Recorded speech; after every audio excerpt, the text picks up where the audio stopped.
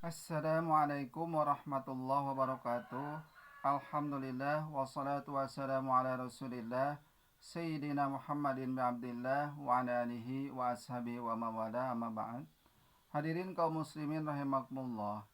Asbabu sujudi sahwi arba'atun. Ari pirang-pirang sabab sujud sahwi eta aya opat. Al awalu tarku ba'di min abadi sholah wa ba'dil ba'di. Anu kahijinya eta ninggal sunah adab tina setengah sunah adab sholah atawa ninggal sunah adab arek ditinggalkeun sadayana arek ninggalkeun satengahna sunat abad eta ngajadikeun sabab kudu sujud sahwi. Asa ulah bari ngahaja ku sabab pohona. Tuluy nu kadua wasani pi'lu mayubtilu amduhu.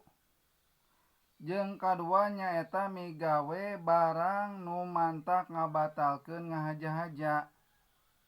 Jeung teu mantak batal pohona. Ida fa'aluhu nasian di mana migawe kana eta bari jeung poho. Jadi di mana migawe hiji perkara atawa teu dipigawe, contona seperti kunut. Di mana hilap kana kunut bari jeung teu dihaja, maka wajib ditambal ku sujud sahwi, bisa ditambal ku sujud sahwi. Tapi dihaja ninggalkeun kana kunut maka batal salatna. Tuluy nu katilu nyaeta wasalisu naklu ruknin qauli ila ghairi mahalihi. Jadi anu katilu mindahkeun rukun anu bangsa ucapan kana lain tempatna.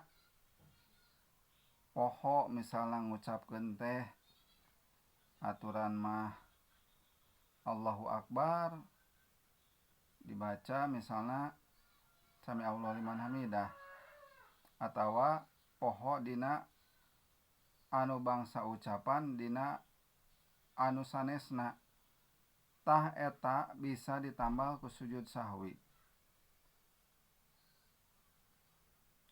Warabi'u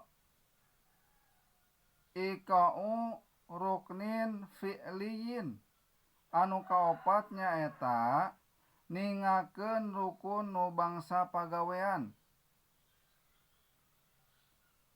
ma'al ihtimali ziyadatin seperti ragu-ragu atawa mangmang. Apakah ieu teh salat teh geus 3 rakaat? Apakah ieu salat teh karak 2 rakaat? Lamun dina magrib teh mah atawa anu bangsa 4 rakaat teh mah, atawa ieu teh salat teh geus 4 rakaat apawa 3 mangmang. Tah candak kana anu kayakinan urang anu pangheulana. Pangheulana teh sabaraha ieu samemeh datang gogoda. Tah masih keneh ragu keneh, maka bisa ditambal ku sujud sahwi. Naon doana? Subhana wa la yanamu wa la yashu. Subhana wa la yanamu wa la yashu. 3 wangsulan. Tuluy sujud calik iftiros, sujud deui 3 wangsulan baca subhanallah yanamu wa la yashu 3 wangsulan. Ta eta bisa namel sujud sahwi di mana mangmang dina rakaat atawa ninggalkeun anu bangsa pagawean, anu bangsa ucapan pahili teh dina ngucapkeun, atawa anu bangsa abad seperti tasahud naon poho sapotong atanapi poho tahiyat henteu make tahiyat awal. Oh inget ya keur salat teh tadi teh can make tahiyat awal. Ta eta bisa ditambal ku sujud sahwi. Wallahu a'lam bishawab. Mugi aya manfaatna. Billahi taufiq wal hidayah. Wassalamualaikum warahmatullahi wabarakatuh.